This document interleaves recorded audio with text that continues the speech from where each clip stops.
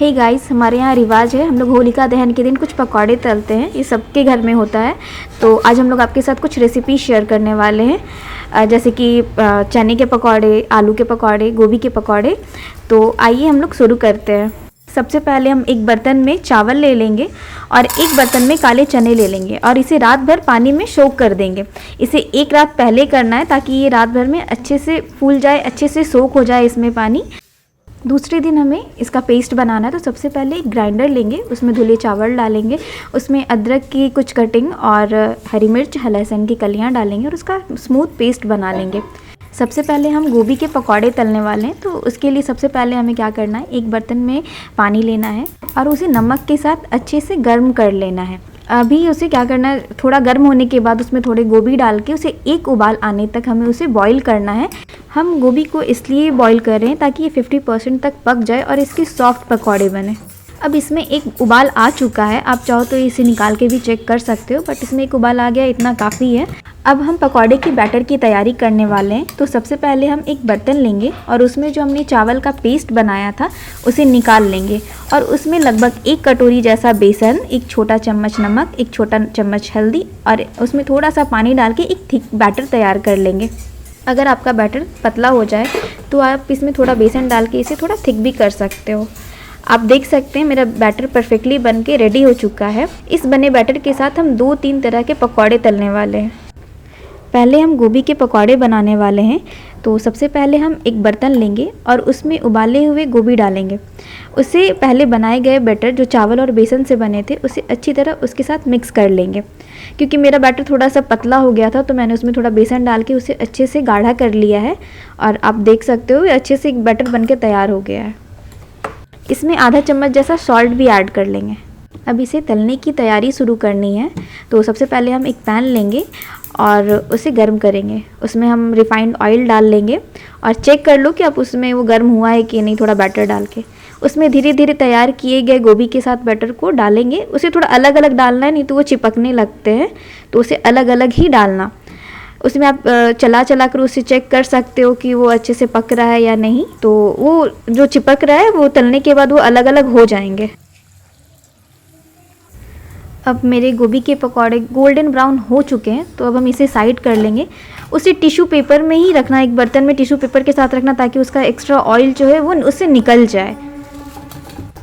अब गोभी के पकौड़े बन के तैयार हैं। अब हम दूसरे पकौड़े की तरफ बढ़ेंगे। हमारा जो पहले से बना हुआ बैटर था उसमें रात भर भिगोए हुए काले चने को अच्छे से डाल लेंगे। इसके साथ हम पालक भी मिलाने वाले हैं। तो सबसे पहले पालक को अच्छे से धो लेना है और उसे बारीक काट लेना। अगर आप चाहो तो सिर्फ काले चने का भी पकौड़ा बना सकते हो या पालक के अलावा किसी और साग का भी इस्तेमाल कर सकते हो। अब इस कटे पालक को काले चने के साथ मिक्स कर लेना और इसके साथ बारीक कटी हरी मिर्च, अदरक, लहसुन और पहले बना चावल का पेस्ट, साथ में थोड़ा नमक डाल के उसे अच्छे से हाथ से मिलाना ताकि वो अच्छे से मिक्स हो जाए और उसका अच्छा सा एक मिक्सचर तैयार हो जाए। अगर आपका बैटर थोड़ा पतला हो जाता है तो उसमें थोड़ा बेसन या सूजी भी डाल के थोड़ा उसे गाढ़ा कर सकते हो। अब इसको तलने की तैयारी करनी है। तो एक पैन में गर्म तेल में इसे अच्छे से अलग अलग डालना और इसे कम आंच में पकाना, नहीं तो इसके पत्ते पहले जल जाएंगे और जो चने हैं वो कच्चे ही रह जाएंगे।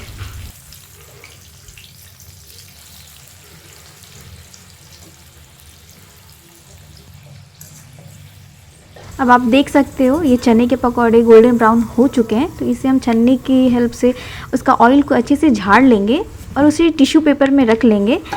अब चने के पकौड़े बन के तैयार हो चुके हैं, कम्प्लीटली ये बन चुका है। तो अब हम आलू के पकौड़े बनाने वाले हैं। अब हम एक बर्तन लेंगे, उसमें आधी कटोरी के जैसे बेसन लेना है और उसमें चावल का जो बना बैटर था उसको लेंगे। चावल का बैटर थोड़ा क्रंची करता है, उसमें कटे हुए आलू डालने हैं। आप आलू को किसी भी शेप में काट सकते हो अपने हिसाब से। थोड़ा सा नमक उसमें ऐड करेंगे और उसको अच्छे से हाथ से मिक्स कर लेना और देखना कि वो थोड़ा गाढ़ा ही रहे, नहीं तो पतला होता है वो पानी छोड़ता है। उसको गर्म तेल में धीरे धीरे डालना और उसे कम आंच में पकाना ताकि वो अच्छे से अंदर तक पक सके।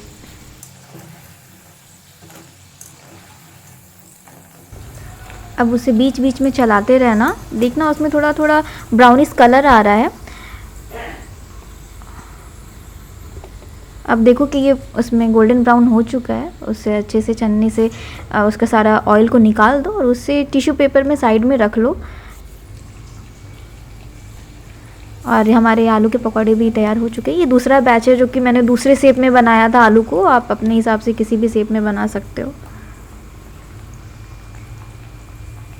उसे भी गोल्डन ब्राउन होने तक अच्छे से पकाओ। इसको ये थोड़ा जल्दी पक जाता है, तो इसे आप जल्दी से चेक करते रहना, नहीं तो ये बहुत जल्दी जलने का इसमें चांसेस होता है। ये सारे पकौड़े तलने के बाद हमारे पास थोड़ा बैटर बच गया था, तो मैंने सोचा इसे भी यूज़ कर लेते हैं। मैंने प्याज को अच्छे से स्लाइसर में अच्छे से स्लाइस कर दिया और उसे बचे बैटर में डाला। उसमें बारीक कटे हरी मिर्च और अदरक लहसुन डाले, उसमें थोड़ा सॉल्ट ऐड किया और उसे हाथ से अच्छे से मिक्स कर लिया। वो एक अच्छा सा मिक्सचर बन गया। थोड़ा सा उसमें बेसन भी ऐड किया ताकि वो थोड़ा क्रंची हो जाए। और इसे भी मैंने गरम तेल में अच्छे से अलग अलग उसे डाला और उसे अच्छे से तला। उसे भी कम आंच में मैंने तला ताकि वो जल ना जाए। उसे आप बीच बीच में चलाते रहना और चेक करते रहना कि वो जले ना। ये देखो ये गोल्डन ब्राउन हो चुके हैं, ये पक चुका है। तो इसे मैंने अच्छे से छन्नी से निकाल लिया और तेल को वहीं पे थोड़ा निकाल लिया और उसे टिश्यू पेपर में रख लिया। और ये हमारे प्याज के भजिए भी रेडी हैं। तो हमारे पास बहुत सारा भजिया बन चुका है। अब इसे टेस्ट करने के लिए हम लोगों ने प्लेटिंग किया। आती नहीं है बट प्लेटिंग मैंने ट्राई किया करने का, थोड़ा बहुत हुआ। अब आप भी इस पकौड़े को अपने घर में ट्राई करो और कमेंट करो, बताओ कि ये कैसा बना, आपको कैसा लगा।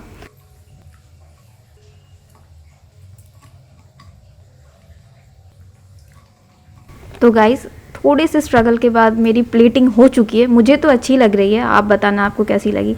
तो अभी इसको ना ट्राई करने का टाइम है, हम लोग इसको ट्राई करते हैं। इसके आवाज़ से ही आप पता कर सकते हो ये कितना क्रंची बना है और इसका टेस्ट भी काफ़ी अच्छा हुआ है। मैंने टेस्ट किया, मुझे अच्छा लगा। एक बार अपने घर में आप ज़रूर से ट्राई करना, आपको भी अच्छा लगेगा और ये किसी भी फेस्टिवल में बहुत अच्छे से जाएगा। अब इस वीडियो को एंड करने का टाइम आ गया है। अब हम नेक्स्ट वीडियो में आपको और भी इंटरेस्टिंग वीडियोस के साथ मिलेंगे, बहुत सारे रेसिपीज़ आपके साथ शेयर करेंगे।